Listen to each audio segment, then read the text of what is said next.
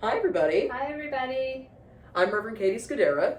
And I'm Darrah, Brian's ministerial intern. And we're the ministers serving First Parish in Needham, Unitarian Universalist. And Percy is our lounging lap dog. Yeah, our first dog. Or a second dog, if you're the VP in this. Well, he'd have to be the third dog, because you've got two. I've got two first dogs. Mm. In the comments, you can share what you think Percy's title should be. I don't know. First dog is, you can actually bring him in. What a sweetheart.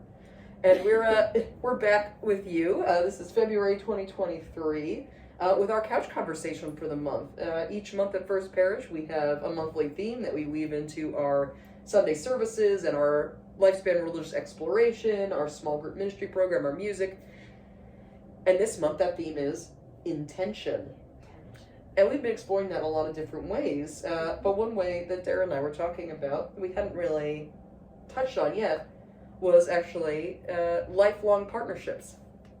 Most often in the form of marriage, which is something that Darrah and I have both been married, not to each other, but to other people. No, not to each other. Not to each other. Yeah. For quite a while. And Mm-hmm. so we were thinking about possibly sharing some of our favorite pieces of advice about lifelong partnership. Mine actually comes from another UU minister who led my spouse and I in premarital counseling.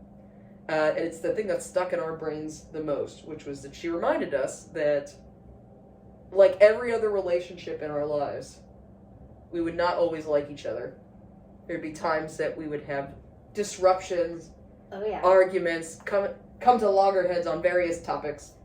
But the goal is that we would have the intention to always love each other. So you won't always like each other, but hopefully you will always love each other. And that has been, not that I don't know, we like each other most of the time as well. But it's been nice to take away that unreasonable expectation that, in a marriage, in a lifelong partnership, unlike with your siblings, with your parents, your cousins, your childhood friends, unlike anybody else, you'll always like each other at all times. Mm.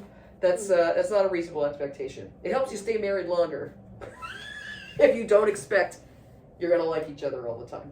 True. Yeah. Yeah. I have to say that my grandfather married Daryl and I, and he gave us the same advice, actually. I love that. Yeah. Okay. That you're not always going to like each other, but the goal is to always love each other. Yeah. And I think that's really true. My husband and I have been married almost 30 years. I know. Yeah. It's been a long journey, but but we've stayed married through moves. We've stayed married through career changes. We've stayed married through having kids. And I'm here to tell you, we don't always like each other. There are times. Sorry, spouses. Here's it makes me crazy. And vice versa. Sure. Yes, that goes without saying. Yeah. But we are committed and have the intention to stay together. And I sometimes I think, it's the fidelity to the promise that gets you to finding your way back to relationship, back to loving the other person when you haven't always liked them. Yeah. Which is in our Unitarian Universalist tradition really applicable again to any relationship. Mm-hmm. Is that in a congregational community and amongst ourselves we have a covenant. In our national denomination, we think about that as our principles and purposes. Yeah. And in our individual congregations, sometimes we have our own covenants. And here we covenant together to be a community of love, diversity, and service. And so they're flexible.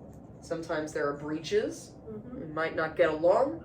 But we still have fidelity to that covenant, whether we're the one who broke the promises or another person was or another committee or even the whole congregation not living up to our highest ideals. Yeah. That is something else we had thought about, was that covenants sometimes can't be reformed.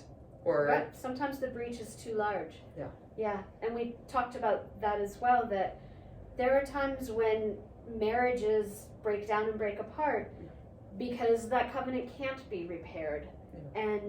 And we recognize that and that it's okay. So I want to be clear in saying that you're not always going to like somebody, but your goal is to come back and love them. Sometimes the loving thing to do is to let that person go. Yeah. And it's not always an awful and a bad thing that has happened. Yes. Sometimes it's a growth change that you've each grown in ways that the marriage can't hold any longer. Yes. Yeah, and it can be a whole range of things. Certainly in the Unitarian Universalist tradition, we don't tell folks like, well, you're not allowed to get divorced. You're not allowed to grow apart.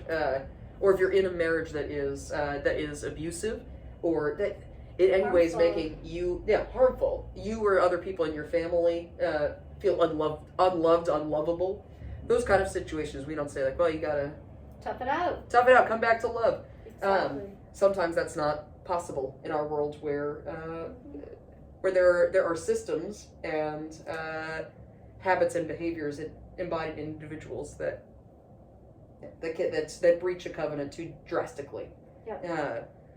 But for your healthy marriage, your healthy long-term partnership, hopefully you can come back to that feeling of love, even if there's been a period of dislike over any number of things. No. And back to our monthly theme, sometimes it is purely the intention that keeps you there. Yeah. And you talked about this, Darrah, as a previous membership professional, that part of our first parish covenant is that we gather. That's it. The verb there is consistently like, well, we gather as a loving community, we gather as a diverse community, we gather as a service community.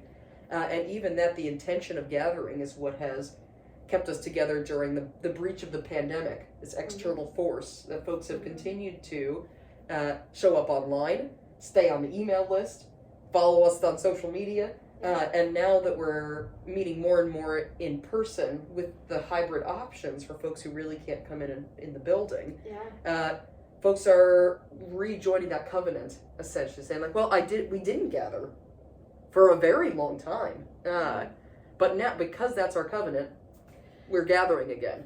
True, and you're also making me think of our covenant says we gather, and we're learning what the elasticity of gathering means. Oh, yes, right? Yes. Because those people who can't come in, they gather on Zoom, they gather remotely, and we've had to stretch as a community to allow that stretching to happen, to hold people in community even if they can't physically be in the building.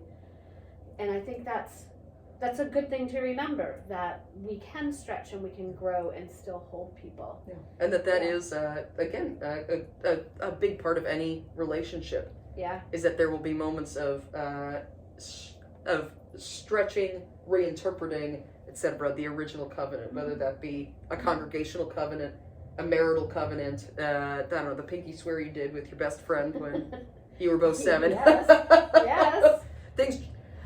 Things may change. It's not, covenants are not static. No. So who could have envisioned the pandemic that would have needed us to stretch and grow in terms of what does it mean to gather? None of us, right? Probably some of us, but not you and me. I didn't. The non-epidemiologists, the non-virologists among us were caught quite off guard. Right? Yes, we were. No.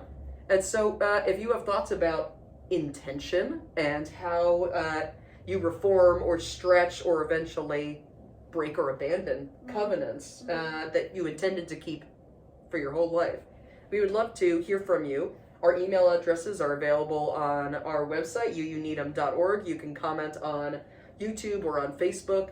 And we hope that we'll see you soon on a Sunday, either in the building or on Zoom. Or on Zoom. No. Yeah, we'd love to see you. Yeah.